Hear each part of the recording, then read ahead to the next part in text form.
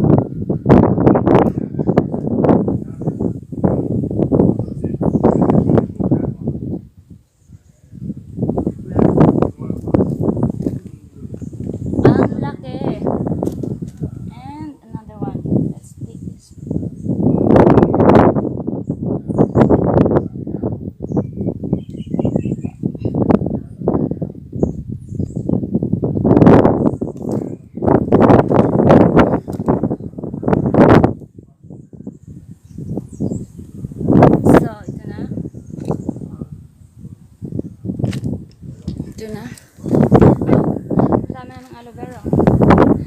So, ibababad ko to ng 24 hours para matanggal. So, habang ibababad ko, lagay ko muna siya rito sa gilid. Lagay ko muna sa gilid. Ganyan. Dapat, ito, nakataob. Para babagsak. Dapat ganyan. Kita nyo ba? Ay, ganyan. Yan, ganyan. And, lagyan ko bukas. So, ito na po yung aloe vera natin. Nakinat ko kahapon. Ito na siya. At ito na. Ayan. Bumaba na yung anong ba tawag dyan? Hindi na ba? So, malinis na siya. Ang gagawin na lang natin is cut natin. Okay? So, tanggalin natin yan. Yan. Gagawa tayo ng aloe vera gel. Dahan-dahan lang sa pag-cut. Baka sugatan kayo. So, ginagawa ko ganito. Mas easier. Yan.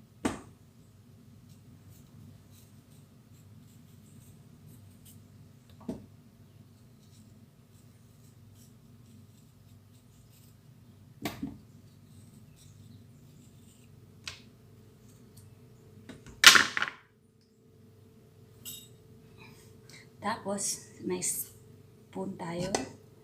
Lagay dyan. Yan, scoop lahat. Pwede ring knife, kaya lang baka masugatan kayo kasi maano siya, madulas. Mas safe tong spoon. It's safe to use. Oh. Ayan. Ayan na po. Tapos, ito, hindi ko siya tinatapon kasi nilalagay ko siya sa hair ko after. So, hugas muna ako saglit dahil masyado siyang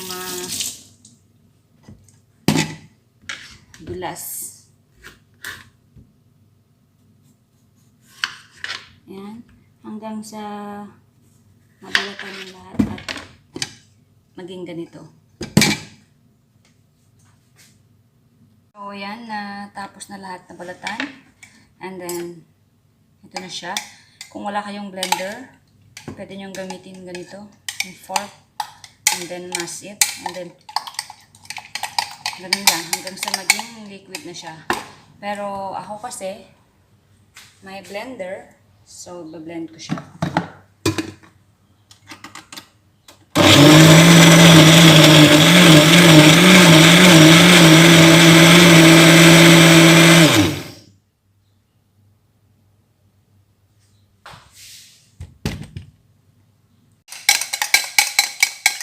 mahirap nga lang ganito dahil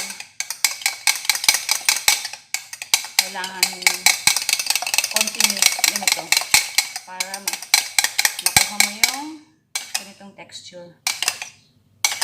So, ito na siya. Ang ginagawa ko, biniblend, sinasala ko siya para naging smooth. Ganon.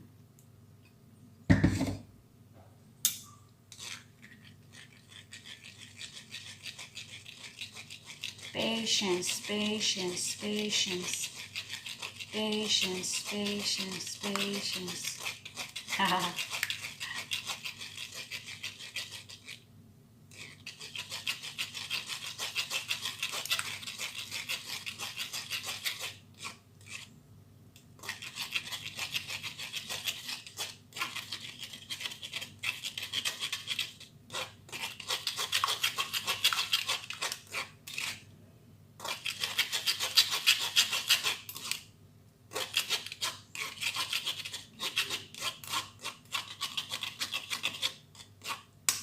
And, tapos na tayo.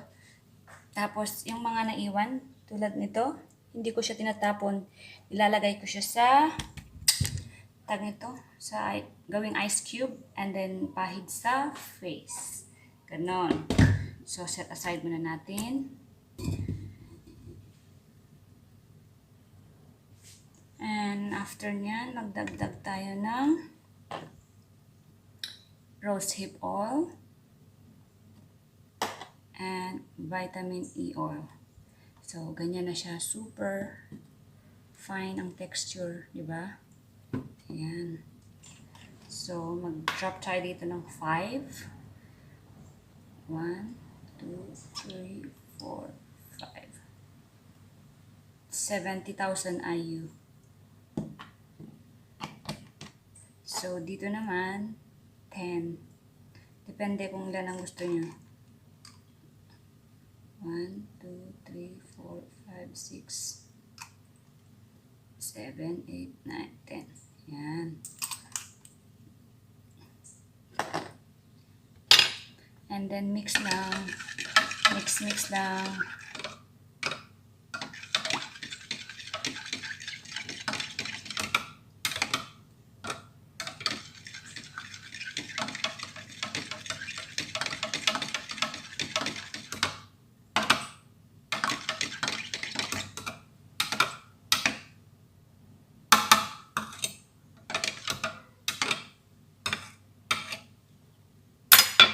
Yan, tapos na.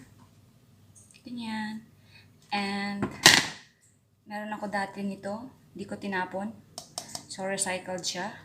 Lalagay ko siya dito. Transfer ko na. And then, I'll store in the fridge to preserve. You can use it for a week. Ayan. Try natin mga. Ayan na siya. So, ba tayo? Try natin. Ayan. Super smooth. Ayan. You can apply it before you go shower. Ayan. Aloe Vera has plenty of benefits for the skin. And hair, you can also use for hair. You can just search what are the benefits of aloe vera. So, yes, that's it. Thank you for watching. God bless. Hope you enjoyed the video. Bye.